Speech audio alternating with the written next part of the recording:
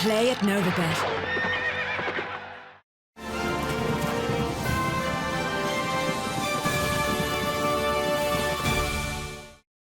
Hello and a warm welcome to another edition of the Irish Angle in association with Novibet. As usual, I've Emma Nagle and Johnny Ward here, and the three of us are going to go through all the things that are happening in racing at the moment. I suppose the big one coming up is Cheltenham. It's just over the hill. Little over a week to go before we start. Loads of things to talk about there. We have Constitution Hill being the big one. We still don't know the absolute white smoke on exactly what's happened with blood tests this morning and everything, but no doubt we'll know shortly after we record the show. Emma, Johnny, welcome to discussions. Thanks, so, Emma, first off, what do you make of this Constitution Hill? It's adding massive drama, I suppose, to what was looking like a pretty straightforward champion hurdle picture, I suppose. In fairness, I suppose first thing I have to say is great communication from Nicky Henderson. He's given the updates as they come. He even let in at the races to kind of give live updates last week as well. So it's all very transparent, in fairness. I suppose, like, kind of the general consensus from most people is that, this is a, mucus in the lungs, whatever. It's easy to get over it in 2 weeks. But I'd just be slightly worried that he had this same problem back in January. And you'd be worried, is that lingering? It's not just something that's popped up. If it was the first time it showed up for him, you would say, it's not going to be a real issue. He's got 2 weeks, he's loads of time. But just the fact that he was pulled out of that international hurdle back in January would make you think there's a little bit more to it than just showing up now. I think they said he's going to have to do one more piece of work and he's going to have to be back to 100%. So, I suppose we'll know a lot more after Wednesday. I think that's when Nicky said he'll go through that last piece of work and we'll know then. But yeah, he won't be going to the champion hurdle unless he's 100%, you'd have to imagine. But it brings Stateman definitely into the picture because there's little bits of doubts now about Constitution Hill, who looked like a good thing about a week ago. Yeah, the anti-post markets have been fluctuating rapidly over this. I'm just looking at the Betfair stuff now. It's probably not a great guide nowadays, not like it was maybe 5 years ago. But Johnny, what do you make of it? Do you think he'll run? Do you think he'll win? I think he'll win if he runs, but I don't think he'll run. And you're on about the Betfair markets, Vinny. Like, I to be honest, I'm not on the exchanges as much as I used to be, but the lack of liquidity is staggering on these things. It's hard to read anything into it. Like, and your blog today talks about like the importance of information on horse racing. Like, anti-post racing itself has gone kind of a little bit. It's gone very dead in my view. And the Constitution Hill kind of story of the last week, it really did bring it back up to life. But then you had this obviously odd situation of all bookmakers sort of being 4 to 7 each of 2 and stuff like that. I have sympathy for Nicky Henderson because I know his campaign of the horse hasn't. I don't know. I mean, Emma's alluded to there may have been another issue. I mean, we've only seen him once this season. I have sympathy in the fact that this has happened so close to Cheltenham, such as racing and all of that. But we're recording this at 12 o'clock. Afternoon on Monday. It didn't look great, to be honest. And to be honest, I think it takes massively away from the race. We've seen Stateman time and time again beat everything else. There's nothing to be gained by seeing Stateman do this again, unless you've backed our own Stateman. For me, he's a fantastic horse, Stateman. We'd be really heralding as someone that was like one of the best horses of his generation if Constitution Hill weren't around. But with Lossy Mouth, I'd imagine she'll probably sidestep the race regardless. It massively takes away from the feature on day one if Constitution Hill doesn't show up. Yeah, the other thing to look at here is presuming Constitution Hill doesn't turn up, which is more likely than not, I would have thought at this minute in time. Willie could have 5 favourites the first day, 5 short price favourites as well. So you can imagine him having 5 winners the first day. It's going to be a hell of a Cheltenham for everyone looking at that, isn't it? After what happened at the Dublin Racing Festival. What do you think, Emma? Will he get 5 winners the first day? Could he? I mean, if Constitution Hill doesn't show up, it's very possible. I'm kind of going through his festival team there a couple of weeks ago, and it's probably as strong as it ever was. But and he could kind of interchange some of the favourites as well. Like if he changed Lossy Mouth into the champion hurdle, he still has the favourite of the mare's race. The strength and depth there is just crazy, and wouldn't put it past him to have 5 winners in the first day. Yeah. Paul Keeley did a piece in the. Yeah, Paul Keeley did a piece in the Racing Post a week or 2 ago where he was saying, I have a headache looking at his entries. And Willie's entries for the novice races were utterly staggering. Like the list just went on and on and on. Way pretty much better than everyone else put together in a lot of races. And that will be if Willie does have a dominant day one, it'll definitely, bring to the fore again where National Hunt Racing is. And I would be concerned about the sales for Cheltenham this year. There are a myriad of reasons for that, but ticket sales haven't been great. Yeah, that's true. Yeah, they seem to be very slow. All right, I see they're advertising on irishracing.com looking for people to buy tickets. There you go. A couple of other things around Cheltenham. One really nice one I see this morning is they're going to name the National Hunt Chase in honour of Maureen Mullins, who died recently. That's a really nice touch. And you've got the two favourites in it happen to be trained by Willie Mullins and Emmett Mullins, which is very nice again. So I presume one of them will be collecting that trophy. The other one then, Fairney Hollow out for the season. What about that, Emma? Very fragile horse, obviously. Yeah, massive blow. I think it was nearly 800 days, I think, between his last two runs. I suppose they were always saying Cheltenham was never going to happen, but they were hoping for Punchestown and Fairyhouse. But yeah, he's a 9-year-old now. It's a pity because such a talent. He's only won 3 or 4 times over fences. Yeah, kind of always going to be probably one of those. What could have been? I suppose he's probably at this stage. It's kind of hard to see him getting it back together and getting stringer runs. I think Willie wasn't actually ruling out a summer campaign. I think he actually might have mentioned Galway could be a possible target for him. They probably just don't want to leave him off now completely. I think it's about a 6-week prognosis for recovery, 6 to 8 weeks, I think the quote was. So they'd probably like to keep him going if possible, even if that meant going through the summer with him. He'd be a nice addition to Galway, wouldn't he, Johnny? Jesus, yeah. I thought his comeback run was brilliant. I know he was running against Grade 2, Grade 3 horses, and he was quite fresh in himself, very strong. But he's some talent. And it's been very unfortunate. I mean, if you could see him get a clear run at it, imagine him coming up the hill in Galway pulling a train. Absolutely, I'd love to see it anyway. Yeah. All right, we'll move on to one other thing around Cheltenham. Is the handicap weights came out last week. Emma, you had a good look at these. Tell us about it. What do we need to know? I suppose quick summary. I think the Irish, he wasn't too harsh on the Irish overall. I don't think. I think the hurdlers kind of got an average rise of about £3, and the chasers got about £2. There was a few outliers in that. Now, to be fair, I suppose Tony Martin has probably got the brunt of it. I think he's Good Time Johnny got £10, and Read to Return got £11.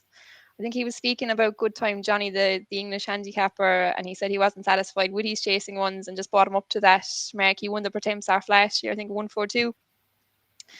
Kind of hard to see it. Why? Because he has been beaten, I think, an average of 45 lengths on all chase starts this year. So it's kind of hard to say he's as good a chaser as he is a hurdler. But I think he just wasn't satisfied that he was running to his merits, I suppose, on chase stars this year. A couple of others kind of got similar treatment. I think Gabby's Cross was one I was actually looking out for in the Pretemps. He got £6, I think, brought him kind of closer to that peak chasing mark. A few others as well. But I think overall, they weren't too badly treated. I suppose one of the biggest drops then was Milan Tino for the French. Noel George trains him. I think he was dropped £10 on his French mark. He was rated 136 in France down to 126 for the Boodle. So kind of brings him right into that. But I think overall the Irish are probably happy enough with their marks. Wasn't probably as catastrophic as other years with rises for certain horses.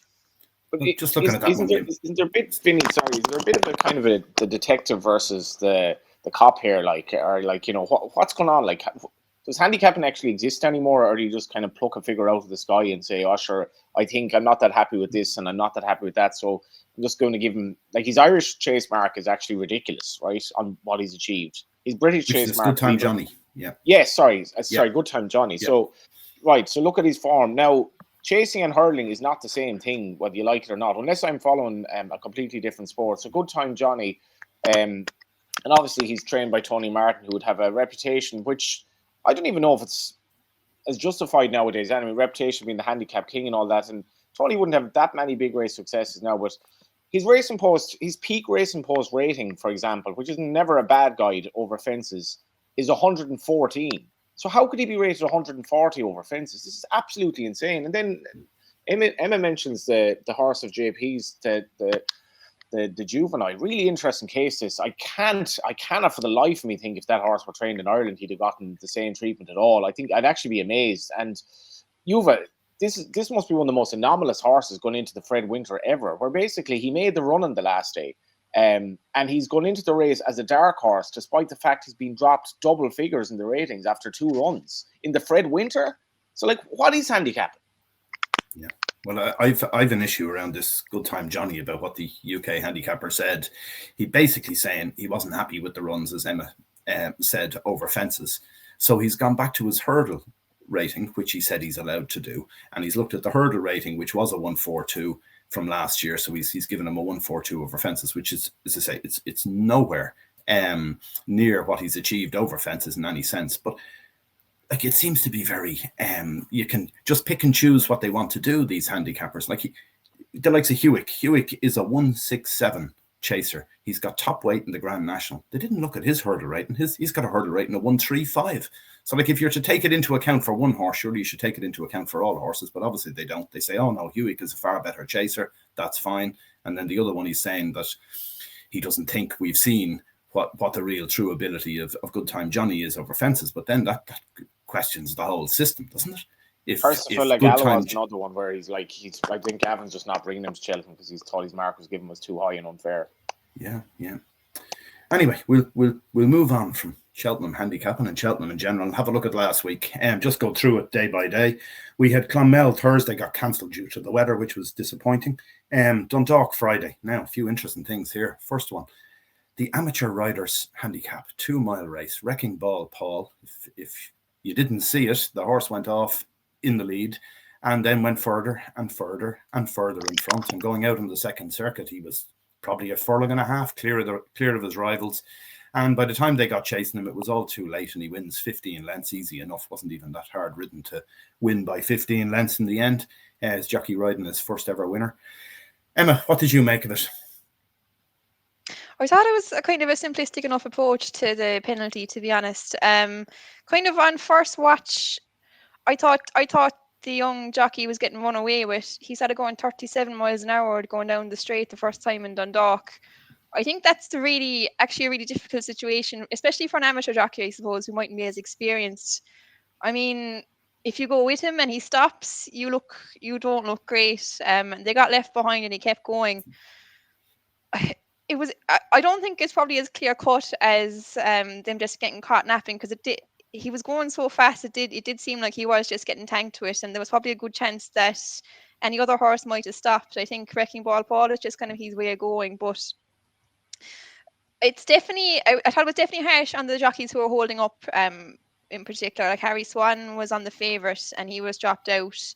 I mean, he didn't have much chance of leading the chase to go catch the winner. The jockeys out in front, maybe the more experienced ones in particular, were maybe a little bit more culpable to it. But I thought just giving out the 5-day ban to everyone who rode in the race was very very simplistic. I don't think it was totally fair, especially on the jockeys being held up. Harry Swan noted that he gave a shout to the lads in front to pick up and chase the leader. You might question why didn't he just begin the chase, but that would take a massive amount of effort from a horse coming from the back. He probably would have ruined his own chances if he had made that go. But look, I think you can kind of see like the frustration of punters. I think it had a massive reaction on social media to it, and you can see why. But I don't think it's as clear cut as if why didn't they just go with him, because they could have looked fairly foolish as well if one or two lads decided to go with him and he stopped to a halt, especially on the track they don't know as well. Yeah, I've never seen a horse that far in front in a flat race ever. I'd have to say he was literally miles clear. What do you think, Johnny? 99 times out of 100, those sort of horses come back and they're stopped to a walk about 4 furlongs from home, and that's the end of him. He finishes tailed off last, but obviously didn't happen on this occasion. I actually have huge sympathy for jockeys in this situation, and I'm not a jockey, and it's kind of like what Emma was saying there. I mean, you never see a horse go. Horses that are clear. That go clear in Dundalk pretty much never win. They're going too fast, and they come into the straight, they absolutely fall on their feet. Now, I was like looking at, I don't know, was it 4? I was only half watching the race, but 4, I had no betting it. I wasn't overly interested in the race itself. But I was I think I was getting ready for going out or something. I was watching, I was like, Jesus, this thing's actually tanking coming into the straight. And then you realize, okay, there's something going on here. But like, I don't think jockeys have like Strava watches or whatever on their wrists saying what pace they're going. And I actually spoke to Gary O'Gorman, the flat handicapper, subsequently, and I think the sectionals will back up the fact that the jockeys did get this wrong. But the other thing that you reference in your blog, it just seems almost convenient in the sense of, right, lash them all with a 5-day ban or whatever it is, and we go home for the night. And again, I do have sympathy for the stewards here, because this is a bit of a pain in the hole to deal with, and they're doing their job on a Friday night. But realistically, the jockeys, experienced jockeys, and the lad having his second ride, they shouldn't probably be treated the same. I think your point is valid there, but when the herd mentality of jockeys, when they all have gotten it so badly wrong here, and if they did, how are they so bad judges of pace? Does that make sense? Yeah, the other thing is that you talk about the pace in races and everything else, and them having certain watches or whatever, but you see it, like I go out playing golf now the odd time, and most people have a watch on their wrist now that tells them how far it is to the pin and how far it is to the bunker at the front and all this sort of stuff. Why don't jockeys carry something like that? Sure, it wouldn't be a whole lot of weight, would it? You're talking a couple of ounces. I wonder, is it legal? Why? And if it is not, why not? But sure, it'd be a great help in racing generally, wouldn't it, to have people be able to understand the pace rather than having to analyze it afterwards. I think. What do you think, Emma? Like sorry, Vinny, when I took up cycling there, like Strava, which is basically a speedometer, but you can have it on your wrist as a watch as well. Like, it basically, the data is incredible what it comes up with, and I've always felt, since I took up cycling, and I certainly felt that racing's massively missing a trick, because it's more than just sectionals. It'll be able to tell you ground covered in a race, tell you everything you want really, and it would tell the jockeys in live time how fast they're going. Yeah, you look at all the sports as well, soccer, rugby, they're all carrying little digital packs on their shoulders and everything else, showing how far they've run in a match and what they've done. Makes a lot of sense. Does it, Emma, that we should have something similar with racing? Yeah, it might be our million euro idea now to get working on it. But yeah, I mean, I suppose I don't know why they haven't done it. Maybe they have done it out in like Japan, who might be a lot more ahead of us technology wise. I'll have to look it up and see, do they have anything like that in there. I'm sure I saw before they had goggles that produced information for jockeys kind of live on screen, but I'm not sure about watches. But yeah, I mean, you'd imagine it would do absolutely no harm, especially in situations like this. I suppose it's kind of an art that some jockeys perfect more so than others, having that kind of timings. You see a lot of flat jockeys speaking about going out to America and just being able to kind of work on the clock and get their timings of sectionals better and stuff like that. So I suppose having the watch would take a lot of the difficulty away from that for less experienced jockeys, all right? And I wouldn't see any reason anyone would argue against that, to be fair. Constitution Hill has just been ruled out. There you go. He's gone, is he? Ah, well. Yeah, we kind of knew it was coming, didn't we? So at least we hadn't said earlier on in this show that he was a certain to run. So we got that right at least. Anyway, that's all. Changes everything for the champion hurdle at least. So now Willie has 5 favourites on the opening day as a minimum. All right, we'll move on. Gordon will send Irish points there now as well. That would look like a good move, wouldn't it? Yeah. So Tihupu will be his representative in the stairs then. Yeah, interesting. There'll be knock-on effects all over the place, I'm sure. Hard to know what will happen with Lossy Mouth, but I presume she'll stay with the mare's hurdle. Seems a much better option, doesn't it? Because she'll be a short price to win that, I would have thought. And she'll hardly beat Stateman. But then again, you never know. She was very impressive on her seasonal reappearance. Anyway, going back to Dundalk Friday. Kevin Stott, first ride at Dundalk. He rode a Group 1 winner, of course, in the Curragh last summer. Rode a winner for Joseph.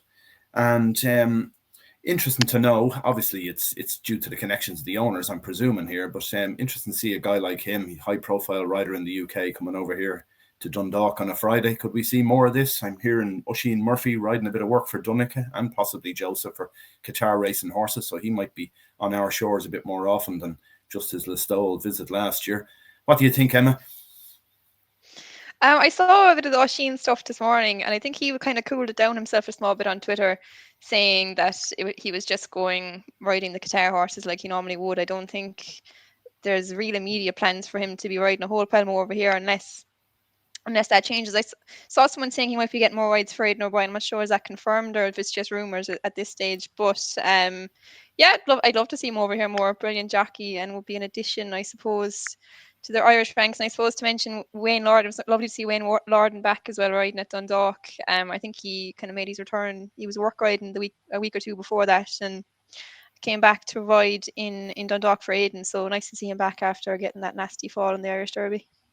Absolutely, very good rider too. He'll certainly be utilised plenty by Aidan in the season ahead, which I'm wondering what's going on here. I'm hearing rumours that Seamie Heffernan isn't associated with Aidan anymore in Ballydoyle. I haven't got it confirmed, but I do know he hasn't been there riding work for the last few weeks, but that mightn't be too strange. I'm sure everyone has to take a bit of time off. Johnny, just in general around this, it'd be great to see the likes of Oisin Murphy, Kevin Stott, and a few others coming over here more regularly. Would it make it more competitive on the racing scene? Absolutely. Like, and Oisin was drafted in as a late replacement by Pat Ely. Frankie Dettori couldn't show up for was it Listowel as well. So and I think that was actually quite a nice thing for the locals to be able to see Oisin. He doesn't go over here that often. The Seamie Heffernan stuff is interesting. To be honest, I didn't get that on the rumor mill. Seamie's been around a long time, and I suppose we'll see where he goes this season. It would potentially mean more opportunities for Wayne if Wayne can ease back in. And I have to say I'm delighted for him, because that was a horrible incident in the Derby, and really it kind of marred the race at the time. That all the emphasis was on him. I do want to mention just that Dundalk Bergamasco winning for Jack Davison. I thought this was really, really good bit of placing, and just it's funny if you're thinking of potentially having a 2-year-old horse going into his 3-year-old career at the start of next year, who's of reasonable ability. The Bergamasco has won an awful lot of prize money now, and he was a horse that didn't look immediately obvious as a maiden winner. Been really well campaigned. He's been kept on the go. Dundalk has given him ample opportunity, and he won, what was it, a 40 grand race the other night, beating a couple of sort of more touted horses. And I thought it was just a nice story, because Jack's a good young trainer. And it was probably kind of taking advantage of a couple of horses, maybe, or at least one of his rivals not performing, but hell of a performance. Yeah, outsider of 3 adage, is it again? Then the other one is, we'll move on to Saturday. We had Navan with Blood Destiny, won a Grade 3 novice very impressively for Willie, and Willie is talking about might have made a mistake not sending that horse to Cheltenham. And then the other one there was Ash Tree Meadow. Grade 2 winner for Gordon. Gordon had a treble on the day, which is nice to see it ahead of Cheltenham as well. And he's talking Irish Grand National for Ash Tree Meadow. What do you make of those two, Emma? I like the performance from Blood Destiny. I think he's kind of problem all along was he might have been a bit fragile mentally, but I thought it was kind of a much more mature performance than what we'd seen from him. Paul was able to drop him in and just lob around. He's kind of, I think they quoted afterwards, kind of his jumping is his biggest asset, but maybe they were making a bit too much use of him. And I don't think, maybe it is, the Arkle is wide open, probably would be no harm sending him, but I'd say might be better for him long term to give it a skip, because we saw him last year, he kind of blew up in Cheltenham. It's kind of an awkward season for like those 5-year-olds. They're kind of a bit behind. Maybe he doesn't get that weight for age allowance either once he goes to Cheltenham. So probably no harm giving it a skip this year. And I think there's probably targets in Fairy House or Punchestown from next. But Ashley Mero then looked like good placing from Gordon. In fairness, I'd say he said he wasn't even going to bother going for it, but the race cut up a small bit. He had a little break and he came back and he disappointed a small bit behind Fernie Hollow that day and came back here and was much better from the front. Journey With Me was the eye catcher in that race, though. I'd say just given a nice little introduction race by Rachel after being out for a long time since that fall in Punchestown last year. So he didn't disappoint maybe as much as you'd imagine an odds-on favourite who was beaten. I thought he should come on a lot for that one. Interesting, yeah. Just on that, Johnny, just a horse like Blood Destiny. If that was with a small yard, that'd be going to Cheltenham, wouldn't it? Absolutely no question it'd be in Cheltenham, I'd imagine. But as Emma says, probably better for the horse longer term not to go to Cheltenham. There must be a lot of them going over there, that a hard race in the cauldron of Cheltenham might not necessarily be what they want at a particular stage in their career. But I suppose owners pay the bills, call the tune, so they all run. What do you make of it, Johnny? Yeah, I probably contradict myself on Cheltenham at times, where I say it's not the be all and end all, but then I can't figure out why Paul Nicholls doesn't really want to run a lot of horses there anymore. In fairness, with Blood Destiny, I was at Naas when he made his chase debut, and some of his jumping that day would remind you why you love steeplechase. It was absolutely mesmerising. And for all of the weights differential, I thought Spillane Tower had a good chance of beating him, and he beat him handsomely. And as Emma said, he settled more. He's a fantastic jumper. I don't think he's actually the biggest horse in the world off the top of my head. He's a brilliant jumper. funny enough, the colours of Florida Pearl. Florida Pearl just couldn't win at Cheltenham. I'd be with them on this. Like well, first of all, he's running like a week and a half before Cheltenham. That's hardly ideal. And Cheltenham didn't suit him at all last year. So I wouldn't give up on Cheltenham, but this time I think there are other options. One other horse just that ran. I mean, some of the distances were mad. If you back Journey with me, obviously you wouldn't be overly happy that you did your money at 4 to 6. But Lucid Dreams finishing second. Like, I kind of slag John Ryan for how often he runs his horse. This horse started off. He only made his debut in Fakenham. I think this was during Cheltenham last year. And John Ryan, if I recall correctly, there were sort of a gamble on a few John Ryan horses running at Fakenham of all places during Cheltenham. And that was in March. He's run 1, 2, 3, 4, 5, 6, 7, 8, 9, 10, 11, 12, 13, 14, 15, 16, 17 times since. I don't know if he's had any break at all in the space of a year. And there he is finishing second in the Webster Cup. And it's mad. Like, people would say this is absolutely not how you train horses, but he does it. And here's the horse. Now, he's a 9-year-old, so he's making up for lost time. But what did he pick up here? A handy 7 grand 300 for finishing second, and seems to have almost run as well as ever. Yeah. Constitution Hill will be heading to John Ryan next week. Get him out there for a few days. Anyway, move on to Sunday. Jordan Gainford, back with a winner, back from injury. Now, he's had a few rides, but he had a winner there, which is nice to see, ahead of Cheltenham as well. The only other thing of note to me there was, where's Frankie? His first run away from Fairyhouse in 2.5 years, and he wins. Hard to believe a horse has only run at Fairyhouse for 2.5 years, isn't it? I think he'd won 3 or 4 races during that time there, a load of placed runs as well. What do you make of Sunday, Emma Hatton? Catch your eye? I was there yesterday, actually. It was nice to see Jordan getting the winner, I suppose, kind of the highlight of the day. I think Shark and TJ McDonald, who own Hewick, were kind of saying Jordan will have to get a winner or two to get back on him before the Gold Cup. So hopefully he's after securing that ride now again.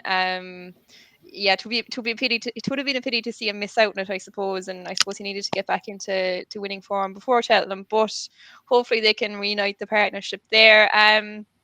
Pretty quiet day overall, I suppose, yesterday in Leopardstown. The bumper winner was good. Big handicap chase winner. Who won the big handicap chase? Brideswell Lad, I think, wasn't it? Outside of the field. Yeah, Barry Connell's horse was mad fancy for that, but he unshipped Michael early. So yeah, pretty quiet day in Leopardstown yesterday. Very good. All right, we'll go for ones to follow. Finish it off with that. I'll start off because I've got an absolute mad one. So I'll throw that in first so people can forget it by the time you two have given your ones. Grandero Bello is the one I'm going to pick. It actually finished last in Leopardstown yesterday, which is hard to believe. But anyway, I thought it was a reasonably good run. The horse hasn't run since April. It's trained by the Harties, and it's actually owned by Nicky Henderson's sister, Josie. Which is interesting. So I think it's a fair horse, to be honest with you. I think first run back, it wasn't beaten that far. And I think it'll win at one of these festivals coming up, Fairyhouse or Punchestown. I'd imagine it'll win something at one of them. So one to look out for, maybe at a big price in a nice handicap at some stage. All right, we'll go to you, Johnny. What have you got for us? I'm going to give Charmin Star, actually, that won the 4-year-old race at Navan. I want to give some kudos to ground staff as well, who don't get much thanks. And really, Navan and Leopardstown, in the snow here Friday morning, I was surprised that either went ahead, but they actually held up quite well. Some of the distances were a bit mad later on at Navan, but they held up quite well, and we had some relatively close finishes. And this is a roundabout way of saying Charmin Star for me must be a good horse. He's by Sea the Stars, albeit out of Jeremy Mare, and his win was on soft to heavy at Listowel on the flat. Surely by Sea the Stars, he'd want a bit of nicer ground. And I think this was a mad race and run on the exchanges. Again, people getting caught out with Navan, because I never really felt Danny Gilligan had given up on him, but it still looked improbable for pretty much the whole way up the straight. And then he showed a fantastic attitude for Tom McCourt to win. And Tom McCourt's had a pretty good run of it the last year or two with flat horses. And he's had the odd sort of dual purpose horse of reasonable repute over the years. This could be a nice type of horse, though. He won, as I say, he won at Listowel, but he'd shown, and the horse he was third in that occasion, Harsh, won a maiden or Leasley and Cork since, but he's shown sort of nice form either side of it on slightly better ground as well. And I really liked his attitude here. Danny Gilligan's obviously a star in the making, but Tom McCourt will be able to plan a nice race with this fella, I think. Maybe the Lartigue down the line, but maybe something better as well. Yeah, you talk about that weather on Friday, Saturday kind of time with all the snow we got. I couldn't believe that after Wrecking Ball Paul had won, they were interviewing Kevin Healy, the rider, the young rider who'd won them his first winner and everything else, and he's outside in a t-shirt. My jeez, it was freezing that evening. I don't know how he did it. There you go. A hardy young lad. All right, Emma, what's yours to follow? Kind of maybe something to follow as well as a horse. Michael O'Sullivan, I actually learned, is qualified to ride in the Martin Pipe Hurdle at the Cheltenham Festival this year. I actually heard that over the weekend. I thought I was very surprised. I think for Ireland you have to ride 60 winners to fight out your claim, but in the UK it's 75 winners. And I think you've longer as well to be down as a conditional. I think you've 6 months after you ride the 75 winners, which makes Michael slip in there. So you'd imagine he's going to have big rides for Willie in that. I think Willie has 2 or 3 of the market leaders. So definitely one to watch out for, whatever Michael gets jocked up in the Martin Pipe. His last chance to win it. But a horse to follow then, I'm actually going to give one from the same race as Johnny Charming Star. But I'm going to go for the second horse, Balco Denge, I think you pronounce it, for Philip Rothwell. He's making first start for Philip Rothwell. Philip Fenton, he was kind of... Sorry, Philip Fenton, sorry, yeah. And Brian Hayes rode him, but he was kind of jumped out. He was a bit off the leading pack, and he just travelled into it lovely, and he was never nearer towards the finish. You'd say even if he got a flying jump at the last, he could have maybe even reeled in Charming Star. So I thought it was a lovely run for first start for Philip Fenton, and kind of this time of the year when the maiden hurdles are getting a little bit weaker, he should be probably capable of picking one up somewhere. Great stuff. All right. Well, look, thanks for watching, everybody. Thanks for contributing, guys. And Emma, just one last thing. You've got a Cheltenham preview you're going to be hosting for us later in the week. When's that going to be published? Thursday, is it?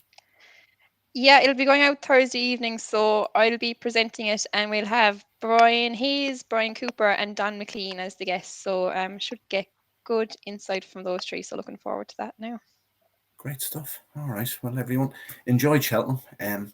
We'll talk to you beforehand. We're going to come back next Monday with a little show, and hopefully we'll have a few tips for it, or we'll have a few insights into something. We'll know plenty more about what's running the novice hurdles at that stage, at least. So do gamble responsibly, and subscribe to our channel if you haven't already done so. And we'll see you all again next week. Thanks for watching.